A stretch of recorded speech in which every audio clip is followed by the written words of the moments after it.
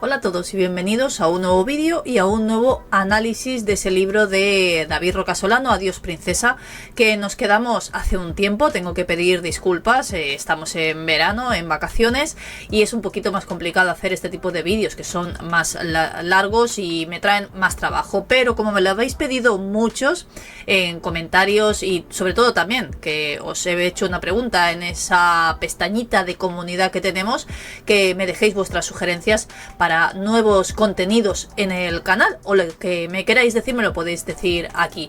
Y como muchos me habéis pedido por favor que continúe con ese análisis, y lógicamente lo voy a terminar, vamos con nuevos capítulos. Nos quedamos en el capítulo número 11, titulado Leticia se hace maniática, y en este momento es cuando ella empezó a volverse incluso paranoica, y así lo cuenta su propio primo David Rocasolano, como siempre a través de diferentes anécdotas y conversaciones. Y la verdad es que vais a alucinar un poquito, aunque sí que todos ya sabemos lo maniática que llega a ser, pero en este preciso momento es cuando ella se volvió así.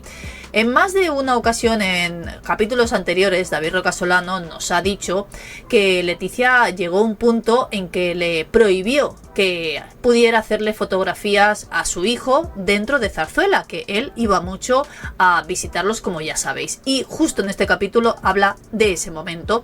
Él, cuando iba a Zarzuela o a cualquier otro lugar, pues como todos los padres hemos hecho, va siempre en ese entonces, hace unos cuantos años, con una cámara en mano. Ahora llevamos el móvil y siempre yo creo que les hacemos fotos a nuestros hijos, es lo más normal del mundo. Y él cuenta que como cada vez se aburría más en esas visitas a Zarzuela y ya iba con su hijo, pues estaba echándole fotos continuamente. Y en ese momento es cuando llegó la primera discusión con Leticia por ese tipo de actos que a ella no le parecían nada bien. Le preguntó directamente: ¿qué haces, David? A lo que ella estaba muy seria, como nos dice David Rocasolano. En un principio él mismo pensó que le quería decir algo importante, como había hecho siempre, y él, antes de contestarle, le hizo una última foto a su hijo, que estaba montado en un triciclo, que además en capítulos anteriores seguramente habéis visto esas fotografías tanto de Leticia como de Felipe subido en un triciclo, los dos. Bien, pues es ese triciclo, el triciclo de Nano, del hijo de David Rocasolano. Y en esa fotografía justo su hijo está corriendo como un poseso por los pasillos de Zarzuela, dirección hacia su tía, y frenó casi a punto de darle en las piernas. Imaginaos la cara de Leticia entre el enfado que tenía porque veía que su primo no paraba de hacerle fotografías a su hijo dentro de Zarzuela, y encima casi su sobrino le da un buen golpecito en la espinilla. Y entonces le responde David Rocasolano: nada, prima, ¿qué voy a hacer? A lo que Leticia le dice: oye, mira, que prefiero que no hagas fotos aquí. Le dijo con una voz bastante autoritaria. Incluso él dice que se quedó alucinado porque normalmente no solía ser tan dictatorial con él. Sí que lo había visto en el resto de su familia, pero hasta ese momento nunca se había encontrado que a él le pasara lo mismo. Y entonces le pregunta a David: ¿cómo que no haga fotos? ¿De qué estoy haciendo fotos? Dando a entender, solo hago fotos de mi hijo, no le hago fotos a nada más. Y entonces ella le dice: David, hombre, ya me entiendes, que esas fotos... Y le dice: ¿cómo que esas fotos, Leticia? Se encara incluso con ella y le dice: ¿qué te pasa? Le estoy haciendo fotos a mi hijo. Leticia le responde: pues prefiero que no las hagas. Prefiero que no hagas fotos aquí. Y le dice: mira, chica, te estás volviendo paranoica. ¿Tú qué te crees? Claro, Leticia, al ver que su primo encima le estaba llevando un poco la contraria y que se estaba encarando, pues más se iba enfadando, y le dice: esas fotos le pueden interesar a mucha gente, David. Y le contesta a él: pero tú, ¿qué te has creído? ¿Que le voy a vender fotos a las revistas o algo así? Ya empezó a enfadarse mucho, porque ya estaba viendo que estaba dudando de su propio primo cuando él casi había sido su leal compañero de hazañas, ya me entendéis. Y le dijo solo que estaba haciendo fotos a su hijo, que es la cosa más normal del mundo. A lo que ella sigue insistiendo y le dice, pues te ruego que a partir de ahora no vuelvas a traer la cámara aquí, ¿me entiendes? Y David Rocasolano le contesta que está paranoica y le dice, no, no estoy paranoica. Hay mucha gente a la que esas fotos le puede interesar mucho. Te pueden robar la cámara, la puedes perder. Y entonces él le dice, ¿y qué van a ver? ¿A un niño en un triciclo por un pasillo? Entonces le da la espalda y dice que continúa haciéndole fotografías. Y cada vez que iba a Zarzuela, que iba con su hijo, iba con la cámara y le seguía haciendo fotografías. Y las discusiones cada vez iban más en aumento. Él incluso llegó a un punto de que cada vez quería ir menos a Zarzuela porque dice textualmente, la obsesión de Leticia sobre los aspectos más triviales de nuestra existencia resultaba ya demasiado asfixiante y yo fui visitándolos con menos frecuencia, alegando disculpas disparatadas para justificar el no acudir a esas invitaciones que le hacían pues para ir a tomar café. Él no llegaba a entender como algo tan normal no podía hacerlo y sobre todo se enfadó bastante viendo que su prima dudaba de esa lealtad que le podría tener.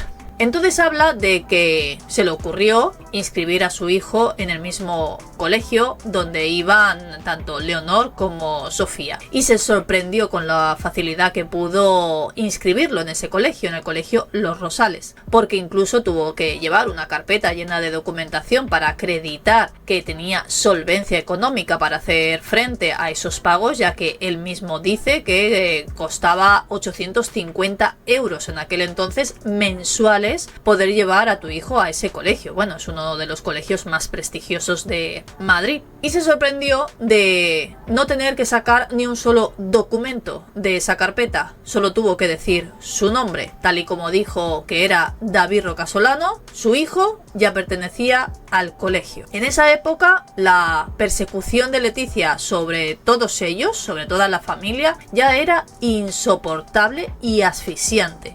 Padecía ya una obsesión enfermiza con el tema de esas filtraciones o posibles filtraciones. Y es más, nos cuenta también una pequeña conversación en la que nos podemos dar cuenta que sí, que existían esas filtraciones. Y os voy a explicar cómo Leticia lo hizo, no para pillar al topo, pero sí para saber que alguien filtraba información. Dice que padecía una obsesión enfermiza con el tema de las filtraciones y con que pudieran vender la información íntima a los medios de comunicación o incluso contarle cosas a personas inapropiadas. Llegó un momento en que llegó a someter a toda la familia a pruebas capciosas para intentar averiguar si contaban algo o no, tanto a Telma, Erika, Menchu, Jesús, Paloma, pero sobre todo tenía mucha incertidumbre con Paloma, así nos lo dice también David Rocasolano. Ellos, y sobre todo también Paloma, era la que vivía casi en un estrés permanente y hasta con terror constante de esas llamadas que solía hacer Leticia. Dice que cualquier cosa que hicieran podía ser castigada con una clamorosa bronca. Si un paparazzi le robaba una fotografía por la calle, si trascendía que habían ido a algún lugar o a alguna fiesta, Leticia les echaba una bronca feroz. Tanto en público como en privado, le daba igual, no le importaba el daño que pudiera hacerles, imaginaos si esa bronca era en público. Cuando se quedó embarazada y llegó la primera ocasión en las que todos pudieron descubrir que sí, efectivamente había un topo. Porque todos estaban interesados, lógicamente, en saber si sería niño o niña, dado que si fuera tanto una cosa como la otra, iba a ser el próximo rey de España. Y como ya sabéis, marca la ley que si hubiera sido un niño, evidentemente, aunque hubiera tenido una hermana mayor, pues hubiera reinado ese niño. Sí que es cierto que era el primero y todos estaban muy intrigados por saberlo. Entonces, en una de esas visitas a Zarzuela, en las que había pues varios miembros de la familia, alguien, que no sabe David ni quién era, le pregunta a Leticia que cómo llevaba el embarazo. Dice que se quejaba muchísimo, pero mucho, como si nadie más hubiera estado embarazada en la faz de la tierra, a lo que ella le responde que no lo llevaba muy bien. Tengo acidez de estómago, sobre todo cuando estoy tumbada, y hace una pequeña exclamación, dice: después de decir esta frase dicha por Leticia, hace un sniff, sniff. No sé si era algo de la nariz, me imagino, porque dice que desde siempre Leticia había tenido ese pequeño tic que después le sirvió para justificar realizarse esa cirugía en la nariz, que ya sabéis que se hizo una rinoplastia. Entonces alguien pregunta, que resulta indiscreto, pero ¿es niño o niña? A lo que Leticia responde: os voy a dar una noticia, va a ser niño y se va a llamar Pelayo. Que yo, no sé, podían haber buscado otro nombre, o ella podía haber buscado otro nombre para ese supuesto niño, porque ya sabéis que no fue así, pero es que resulta que todos se lo creyeron. Y es más, entonces cuenta David Roca Solano que poco tiempo después en la prensa del Corazón aparecía justo esa misma información que Leticia les había dado a ellos, que iba a ser un niño y que se iba a llamar Pelayo. Por lo tanto, todos se dieron cuenta de que efectivamente había un topo en la familia. Dice: la verdad es que yo no le otorgué entonces ninguna importancia al asunto, pero cuando mi prima dio a luz me di cuenta de al nivel de paranoia que había llegado, porque les había mentido. Era una niña y se llamaba Leonor. Dice que cuando se enteró se quedó perplejo y que incluso pensó que alguien debería recomendarle a su prima unas sesiones de psicólogo. Por mucho que el topo, si es cierto que existía, ¿qué sentido tenía ocultar el sexo del niño o niña? Las manías persecutorias le podían llegar a convertir en trastornos muy graves, y lo de Leticia, sus obsesiones, su desconfianza, empezaba a parecer preocupante. Y la verdad es que sí, luego hemos llegado a un punto que nos hemos dado cuenta, sobre todo con sus hijas, esa obsesión que tiene por el control absoluto. Capítulo número 12, llamado Ascenso y Caída. En este capítulo nos cuenta lo que quizá muchos queríamos saber hasta entonces: por qué David Roca Solano y Leticia y toda su familia habían dejado de tener contacto. Pues aquí nos lo cuenta y habla sobre ese procedimiento que casi intentan, porque él lo explica, llevarlo a prisión, aunque él piensa que más bien no querían ir contra él, sino contra Leticia, porque ya sabéis que muchos, cuando conocieron la existencia de Leticia, o sobre todo que iba a ser la futura reina en el futuro, porque estamos hablando de que esto va más o menos hace 20 años aproximadamente, muchos querían buscar trapos sucios de Leticia o incluso involucrarla en algo indirectamente. Y si no lo sabéis, pues David Roca Solano estuvo casi imputado en un delito que finalmente no fue así, no fue ni sentenciado, simplemente fue un testigo, e intentaron meterlo en un grave problema. Y os explico rápidamente. Él, como ya sabéis, era abogado y tenía uno de esos clientes. Le dijo que tenía que sacar un dinero del banco, concretamente 385.000 euros, de una cuenta que estaban a nombre de ese cliente. A veces sabéis que con una autorización se pueden realizar este tipo de cosas. Intentó engañarle, intentó meterlo en un problema. Era una especie de blanqueo de capitales por el que luego esa persona sí que fue condenada en un juicio.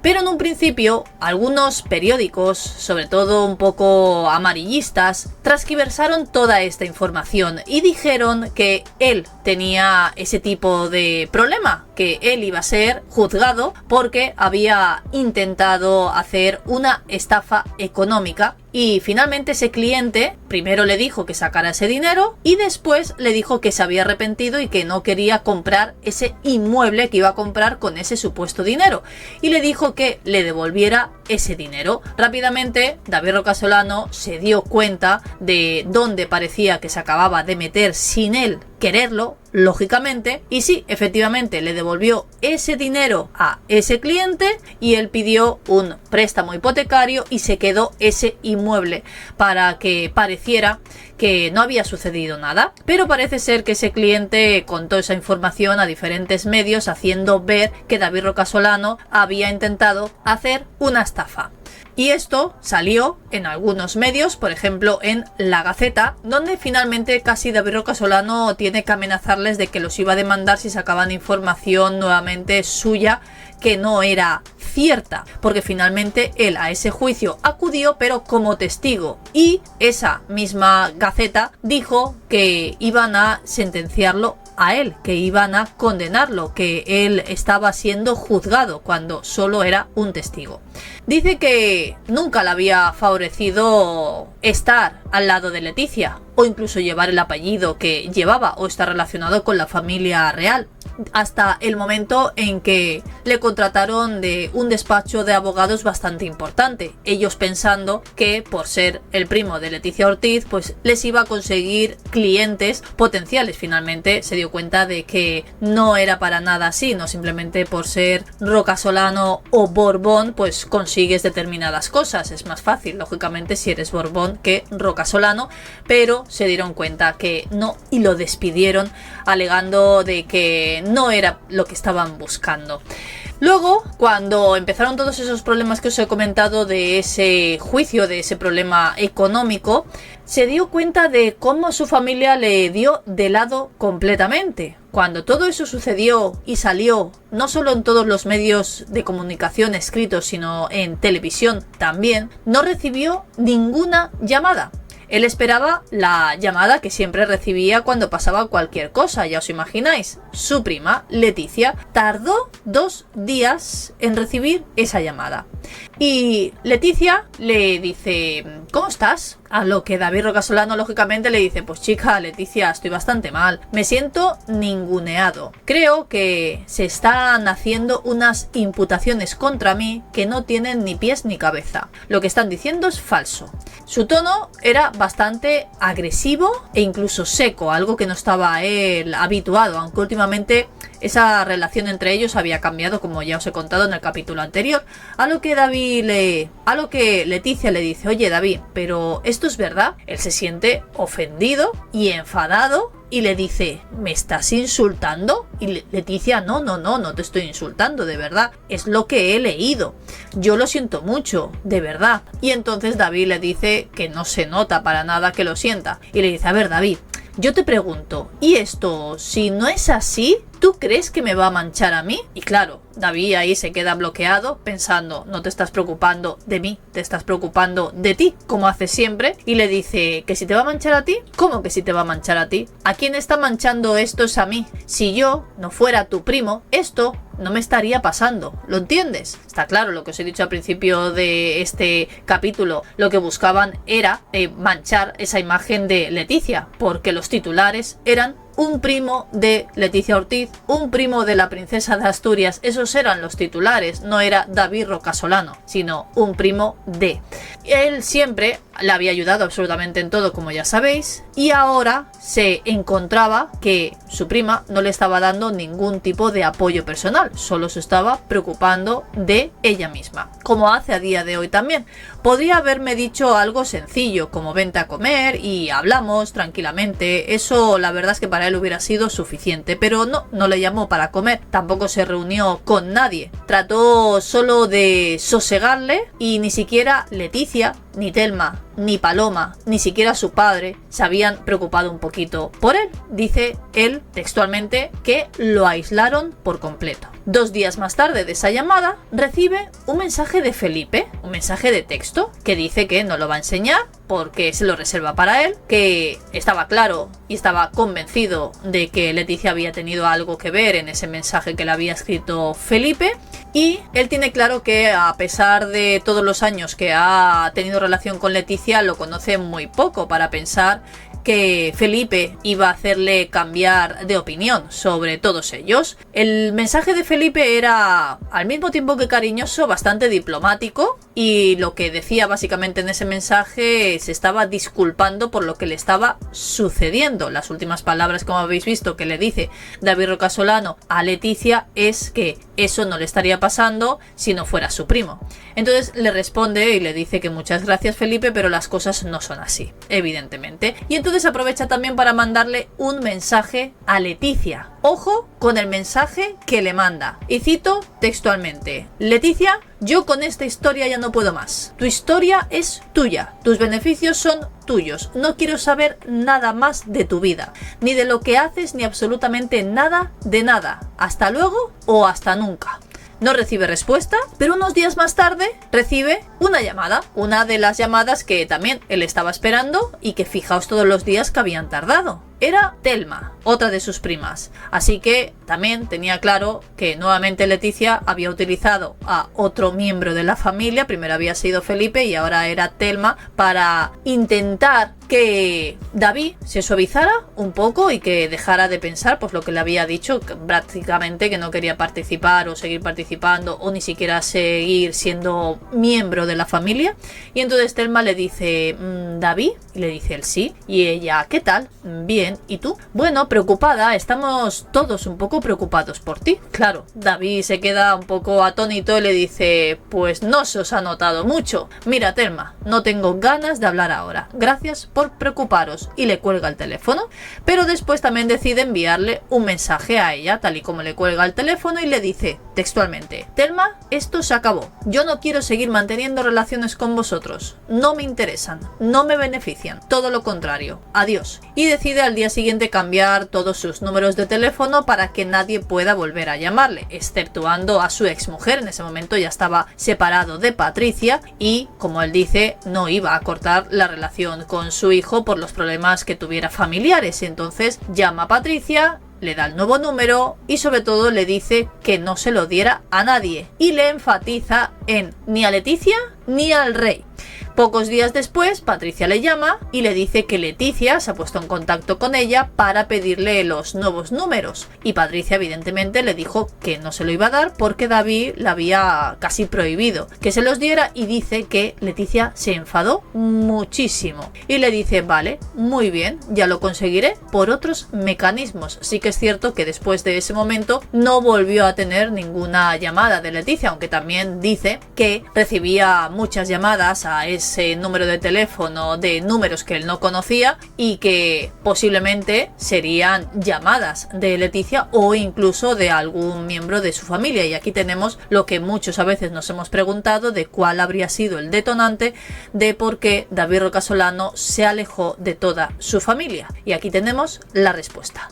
Espero que os haya parecido interesante estos dos capítulos que os he traído. La verdad es que sí, porque poco a poco nos ha ido desgranando toda la historia y nos falta un capítulo que os lo traeré mañana. Os lo prometo que mañana terminamos con este análisis y comenzaremos con otro nuevo libro. Me podéis dejar en comentarios, aunque sé más o menos los libros que os pueden interesar.